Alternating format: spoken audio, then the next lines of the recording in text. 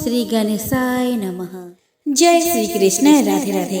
नमस्कार दोस्तों आप सभी को माघी पूर्णिमा व्रत की हार्दिक शुभकामनाएं। दोस्तों आज इस वीडियो में मैं आपको बताऊंगी माघी पूर्णिमा की तारीख, शुभ मुहूर्त और महत्व के बारे में। साथ ही मैं आपको पूर्णिमा व्रत की पूजन विधि और इस व्रत से जुड़े कुछ खास नियमों के बारे में बताऊंगी और सबसे अंत में मैं आपको सुनाऊंगी पूर्णिमा व्रत कथा। दोस्तों इस व्रत कथा की महिमा स्वयं भगवान कृष्ण ने अपनी माता यशोदा जी से कहा था। तो चलिए दोस्तों यह वीडियो शुरू करें। दोस्तों हिंदू धर्म में पूर्णिमा का बहुत अधिक महत्व होता है। पूर्णिमा तिथि पर भगवान विष्णु की विधि विधान से पूजा अर्चना की जाती है। पूर्णिमा के दिन भगवान विष्णु और माता लक्ष्मी की पूजा अर्चना करने से सभी मनोकामनाएं पूरी हो जाती है। माघ पूर्णिमा 24 फरवरी को है। माघ माह में पड़ने वाली पूर्णिमा को माघ पूर्णिमा कहा जाता है और यह हिंदू धर्म में बहुत ही महत्वपूर्ण है। इस दिन गंगा स्नान का विशेष महत्व है। ऐसी मान्यता है कि इस दिन व्रत रखने से जीवन में जिस चीज की कमी होती है वह पूरी हो जाती है। पूर्णिमा के दिन पवित्र नदियों में स्नान का भी बहुत अधिक महत्व होता है। इस दिन दान करने से भी कई गुना फल की प्राप्ति होती है। इस पावन दिन सुबह जल्दी उठकर स्नान कर ले। इस दिन पवित्र नदियों में स्नान करने का बहुत अधिक महत्व होता है। आप नहाने के पानी में गंगा जल डालकर स्नान भी कर सकते हैं। नहाते समय सभी पावन नदियों का ध्यान कर ले। नहाने के बाद घर के मंदिर में दीप प्रज्वलित करें। अगर संभव हो तो इस दिन व्रत भी रखें। सभी देवी देवताओं का गंगा जल से अभिषेक करें। पूर्णिमा के पावन दिन भगवान विष्णु की पूजा अर्चना का विशेष महत्व होता है। इस दिन विष्णु भगवान के साथ माता लक्ष्मी की पूजा अर्चना भी करें। भगवान विष्णु को भोग लगाए। भगवान विष्णु के भोग में तुलसी को भी शामिल करें। धार्मिक मान्यताओं के अनुसार तुलसी के बिना भगवान विष्णु भोग स्वीकार नहीं करते हैं। इस बात का ध्यान रखें कि भगवान को सिर्फ सात्विक चीजों का भोग लगाया जाता है। भगवान विष्णु और माता लक्ष्मी की आरती करें। इस पावन दिन भगवान विष्णु और माता लक्ष्मी का अधिक से अधिक ध्यान करें। पूर्णिमा पर चंद्रमा की पूजा का भी विशेष महत्व होता है। चंद्रोदय होने के बाद चंद्रमा की पूजा अवश्य करें। चंद्रमा को अर्घ्य देने से दोषों से मुक्ति मिलती है। इस दिन जरूरतमंद लोगों की मदद करें। अगर आपके घर के आसपास गाय है तो गाय को भोजन जरूर कराएं। गाय को भोजन कराने से कई तरह के दोषों से मुक्ति मिल जाती है। दोस्तों पंचांग के अनुसार इस साल माघ मास के शुक्ल पक्ष की पूर्णिमा तिथि 23 फरवरी शुक्रवार को दोपहर 3:33 से प्रारंभ होगी। इस तिथि का समापन 24 फरवरी शनिवार को शाम 5:59 पर होगा। पूर्णिमा तिथि में चंद्र उदय के समय के आधार पर माघ पूर्णिमा का व्रत। पूर्णिमा तिथि में चंद्र उदय के समय के आधार पर माघ पूर्णिमा का व्रत 23 फरवरी शुक्रवार को रखा जाएगा, क्योंकि 24 फरवरी को चंद्र उदय फाल्गुन माह के कृष्ण पक्ष की प्रतिपदा तिथि में होगा।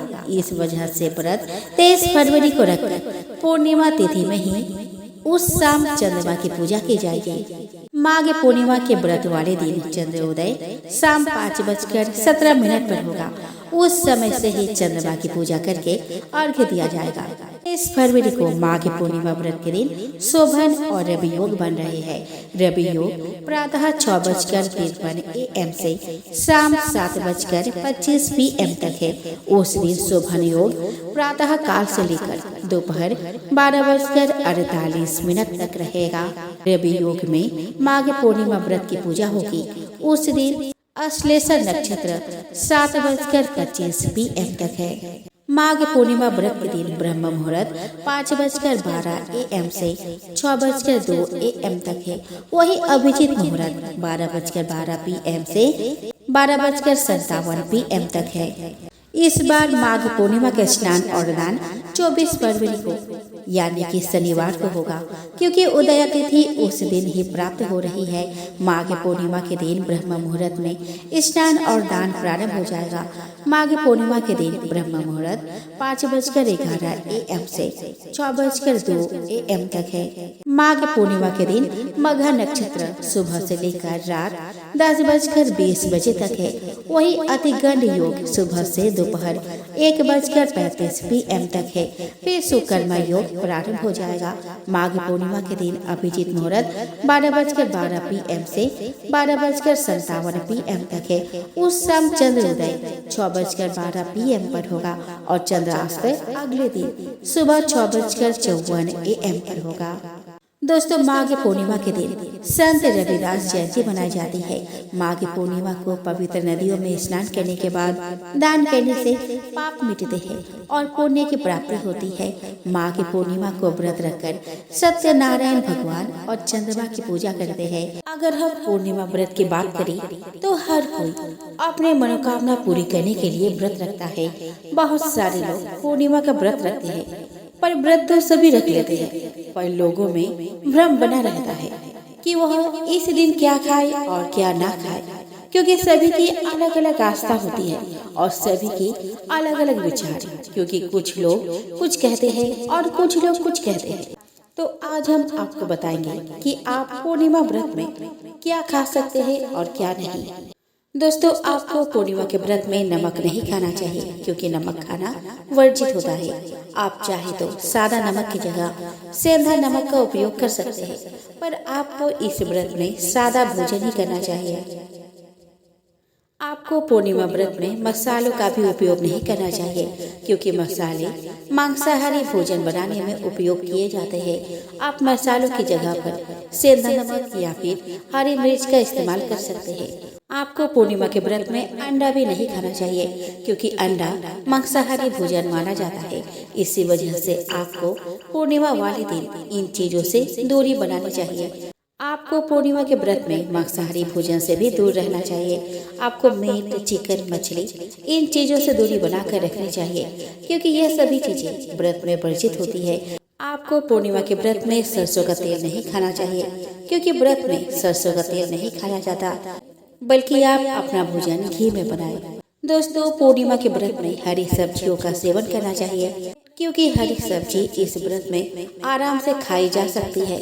यदि आप पूर्णिमा के व्रत कर रहे हैं तो आपको फलों का सेवन करना चाहिए, क्योंकि पूर्णिमा के व्रत में फलहार कर लिया जाता है, जिसमें आप सभी प्रकार के फलों का सेवन कर सकते हैं। पूर्णिमा के व्रत में दालों का सेवन कर सकते हैं, पर आपको दाल में तड़का नहीं लगाना चाहिए, बल्कि दाल में सेंधा नमक डालकर सादा ही बनाना चाहिए।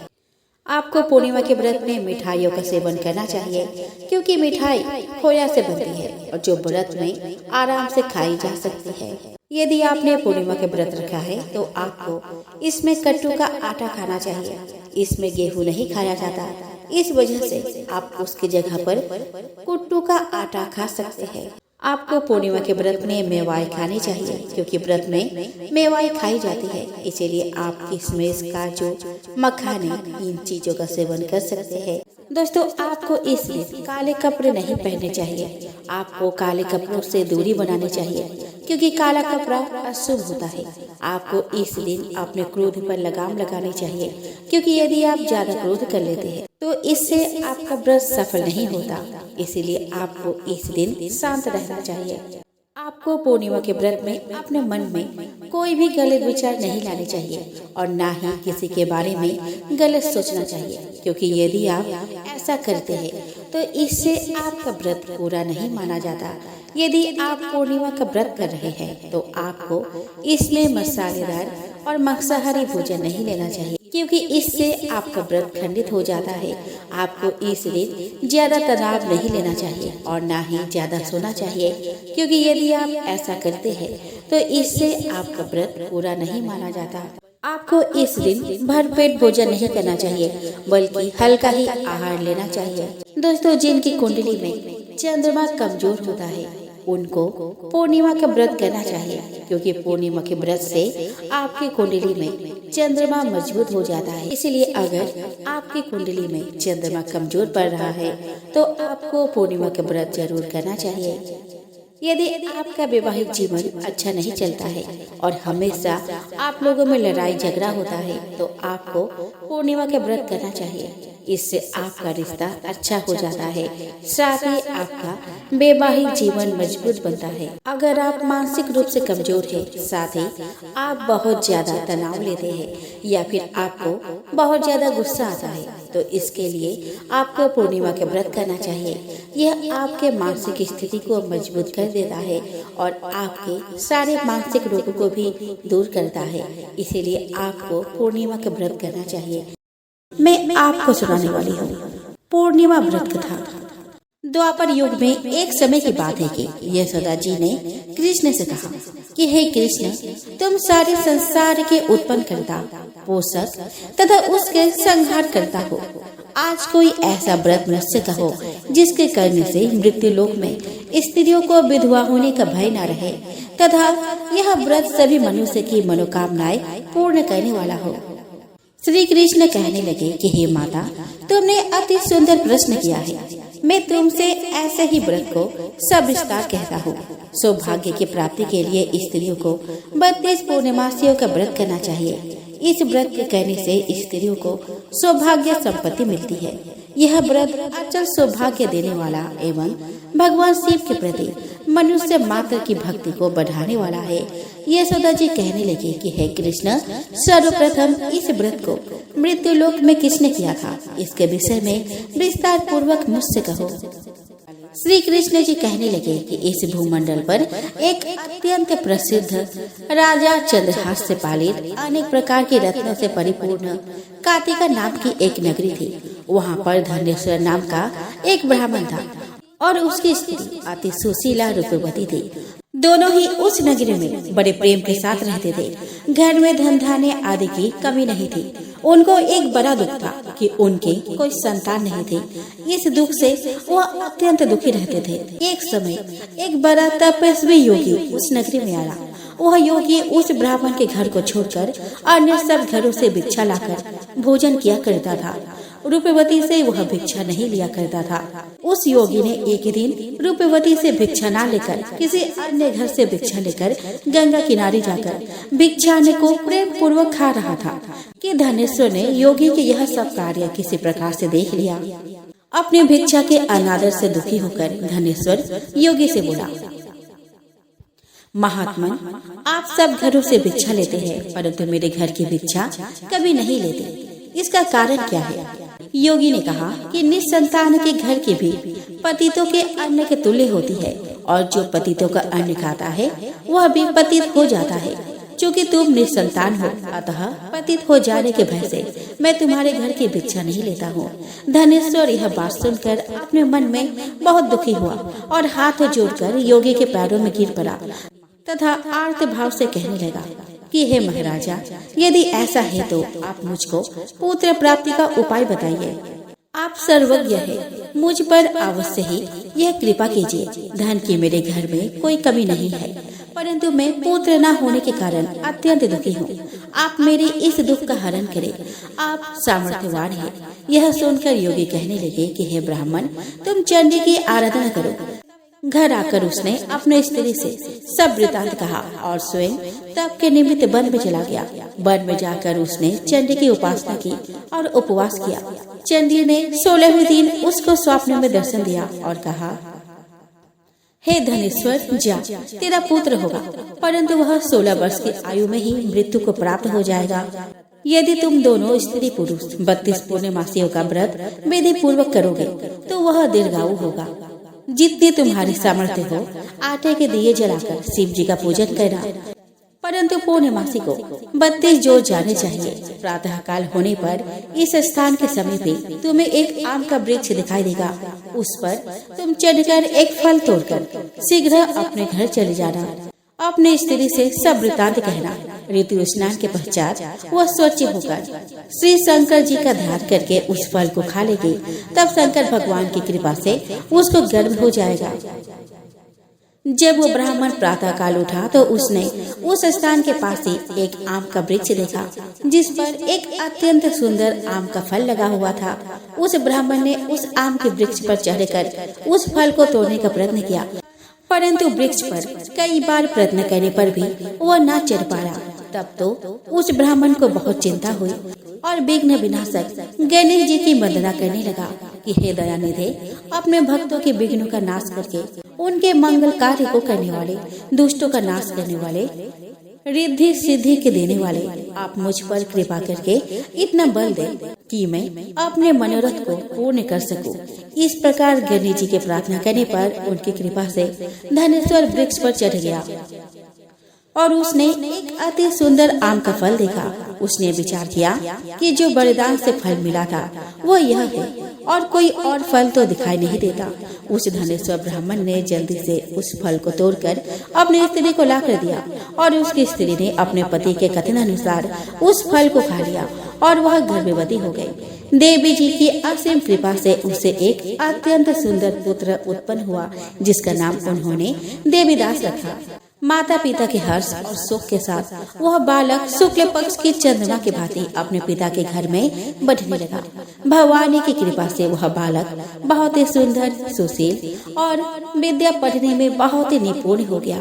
दुर्गा जी की आज्ञा अनुसार उसके माता ने 32 पूर्णिमासी का व्रत रखना प्रारंभ कर दिया, जिससे उनका पुत्र बड़ी आयु वाला हो जाए। 16वां वर्ष लगते ही देवीदास के माता पिता को बड़ी चिंता हो गई कि कहीं उनके पुत्र की इस वर्ष मृत्यु न हो जाए। इसलिए उन्होंने अपने मन में विचार किया कि यदि यह दुर्घटना उनके सामने हो गई तो वे कैसे सहन कर पाएंगे। अस्तु उन्होंने देवीदास के मामा को बुलाया और कहा कि हमारी इच्छा है कि देवीदास 1 वर्ष तक काशी में जाकर विद्या अध्ययन करे और उसको अकेला नहीं छोड़ना चाहिए, इसीलिए साथ में तुम चली जाओ और 1 वर्ष के पश्चात इसको वापस लौटा लाना। सब प्रबंध करके उसके माता पिता ने काशी जाने के लिए देवीदास को एक घोड़े पर बैठाकर उसके मामा को उसके साथ कर दिया, किंतु यह बात उसके मामा या किसी और से नहीं कही। धनेश्वर ने सपत्नीक अपने पुत्र के मंगल कामना तथा दीर्घायु के लिए भगवती दुर्गा की आराधना और पूर्णमासियों का व्रत करना आरंभ कर दिया। इस प्रकार बराबर 32 पूर्णमासी का व्रत पूरा किया। कुछ समय पश्चात एक दिन वह दोनों मामा और भांजा मार्ग में रात्रि बिताने के लिए किसी साम में ठहरे हुए थे। उस दिन उस गांव में एक ब्राह्मण की अत्यंत सुंदरी, सुशीला, विदुषी और गुणवती कन्या का विवाह होने वाला था। जिस धर्मशाला के अंदर वर और उसकी बारात ठहरी हुई थी, उसी धर्मशाला में देवीदास और उसके मामा भी ठहरे हुए थे। संयोगवश कन्या को तेल आदि चढ़ाकर मंडप आदि के कृत्य किया गया तो लगने के समय वर को धनुर्वात हो गया। अस्तु वर के पिता ने अपने कुटुंबियों से परामर्श करके निश्चय किया कि यह देवीदास मेरे पुत्र जैसा ही सुंदर है, मैं इसके साथ ही लग्न करा दूं और बाद में विवाह के अन्य कार्य मेरे लड़के के साथ हो जाएंगे। ऐसा सोचकर वह देवीदास के मामा से जाकर बोला कि तुम थोड़ी देर के लिए अपने भांजे को हमें दे दो, जिससे विवाह के लग्न का सब कृत्य सुचारू रूप से हो सके। तब उसका मामा कहने लगा कि जो कुछ भी मधुपर्क आदि कन्यादान के समय वर को मिले वह सब हमें दे दिया जाए, तो मेरा भांजा इस बारात का दूल्हा बन जाएगा। यह बात वर के पिता ने स्वीकार कर लेने पर उसने अपना भांजा वर बनने को भेज दिया और उसके साथ सब विवाह कार्य रात्रि में विधि पूर्वक संपन्न हो गया। पत्नी के साथ वह भोजन न कर सका और अपने मन में सोचने लगा, न जाने यह किसकी स्त्री होगी। वो एकांत में इसी सोच में गर्म निश्वास छोड़ने लगा। तब उसकी आंखों में आंसू भी आ गए। तब वधू ने पूछा कि क्या बात है, आप इतने उदासीन व दुखी क्यों हो रहे हो। तब उसने सब बातें जो वर के पिता व उसके मामा में हुई थी उसको बतला दी। तब कन्या कहने लगी कि यह ब्रह्म विवाह के विपरीत कैसे हो सकता है। देव, ब्राह्मण और अग्नि के सामने मैंने आपको ही अपना पति बनाया है, इसीलिए आप ही मेरे पति है। मैं आपकी ही पत्नी रहूंगी, किसी अन्य की कदापि नहीं रहूंगी। तब देवीदास ने कहा कि ऐसा मत करिए, क्योंकि मेरी आयु बहुत थोड़ी है। मेरे पश्चात आपका क्या गति होगी, इन बातों को अच्छी तरह विचार कर लो। परंतु वह दृढ़ विचार वाली थी। बोली कि जो आपकी गति होगी वही मेरी गति होगी। हे स्वामी, आप उठिए और भोजन करिए। आप निश्चय ही भूखे होंगे। इसके बाद देवीदास और उसकी पत्नी दोनों ने भोजन किया तथा शेष रात्रि वे सोते रहे। प्रातः काल देवीदास ने अपनी पत्नी को 3 नगों से जड़ी हुई एक अंगूठी दी, एक रुमाल दिया और बोला कि हे प्रिय, इसे लो और संकेत समझकर स्थिर चित हो जाओ। मेरा मरण और जीवन जानने के लिए एक पुष्प वाटिका बना लो, उसमें सुगंधी वाली एक नव मल्लिका लगा लो, उसको प्रतिदिन जल से सींचा करो और आनंद के साथ खेलो कूदो तथा उत्सव मनाओ। जिस समय और जिस दिन मेरा प्राणांत होगा ये फूल सूख जाएंगे और जब ये फिर से हरी हो जाए तो आप जान लेना कि मैं जीवित हूँ। यह बात निश्चय करके समझ लेना, इसमें कोई संशय नहीं है। यह समझाकर वह चला गया। प्रातः काल होते ही वहाँ पर गाजे बाजे बजने लगे और जिस समय विवाह का कार्य समाप्त करने के लिए वर तथा सब बाराती मंडप में आए तो कन्या ने वर को भली प्रकार से देखकर अपने पिता से कहा कि यह मेरा पति नहीं है, मेरा पति वही है जिसके साथ रात्रि में मेरा पानी ग्रहण हुआ था। इसके साथ मेरा विवाह नहीं हुआ है। यदि यह वही है तो बताए कि मैंने इसको क्या दिया।